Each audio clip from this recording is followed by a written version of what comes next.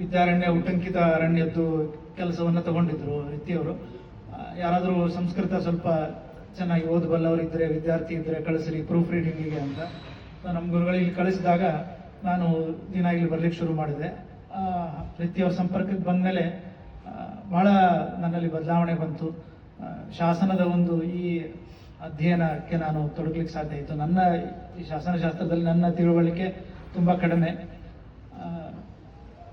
ಮತ್ತು ಅವರ ಒಂದು ಮಾರ್ಗದರ್ಶನದಿಂದಲೇ ನಾನು ಸಂಸ್ಕೃತ ಶಾಸನಗಳ ಒಂದು ಕಾವ್ಯಾತ್ಮಕವಾದಂತಹ ಓದನ್ನು ಮಾಡಿ ಅದರಲ್ಲೇ PhD ಮಾಡಲಿಕ್ಕೆ ಸಾಧ್ಯವಾಯಿತು. ಆ ದೃಷ್ಟಿಯಿಂದ ನಾವು ಡಾಕ್ಟರ್ ರಿತ್ತಿ ಅವರಿಗೆ ಯಾವತ್ತೂ ಋಣಿಯಾಗಿದ್ದೇವೆ.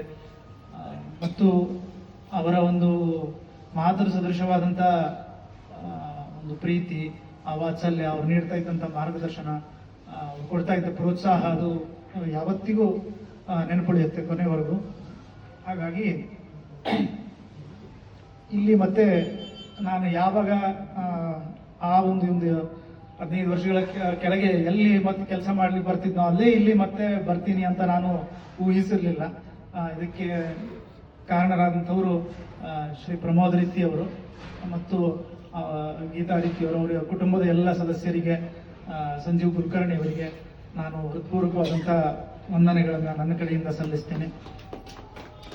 ಹಾಗೆ ಇದೆಲ್ಲ ಸಾಧ್ಯವಾಗಲಿಕ್ಕೆ ಮತ್ತೊಂದು ಕಾರಣ ಸ್ತಂಭ ನಮ್ಮ ಡಾಕ್ಟರ್ ಸುದರ್ಶನ್ ಅವರು. ಇವರೆಲ್ಲರೂ ನೀಡ್ತಾ ಇರುವಂತಹ ಒಂದು ಬೆಂಬಲ, ಆಶೀರ್ವಾದ, ಪ್ರೋತ್ಸಾಹ, ಅದರ ಬಲದಿಂದ ಮತ್ತು ರೀತಿಯವರ ಆಶೀರ್ವಾದದಿಂದ ನಾವು ಏನಾದರೂ ಒಂದಷ್ಟು ಉತ್ತಮವಾದದ್ದನ್ನು, ಸಬ್ಸ್ಟ್ಯಾನ್ಷಿಯಲ್ ಅಂತ ಹೇಳ್ತೀವಲ್ಲ, ಆ ರೀತಿಯದ್ದನ್ನು ಮಾಡಲಿಕ್ಕೆ ಸಾಧ್ಯವಾಗಲಿ, ಆ ಒಂದು ಶಕ್ತಿಯನ್ನು ಭಗವಂತ ಕೊಡಲಿ ಅಂತ ಆಶಿಸ್ತಾ, ತಾವೆಲ್ಲ ಇಲ್ಲಿ ಬಂದದ್ದು ಬಹಳ ಸಂತೋಷವನ್ನು ತಂದಿದೆ.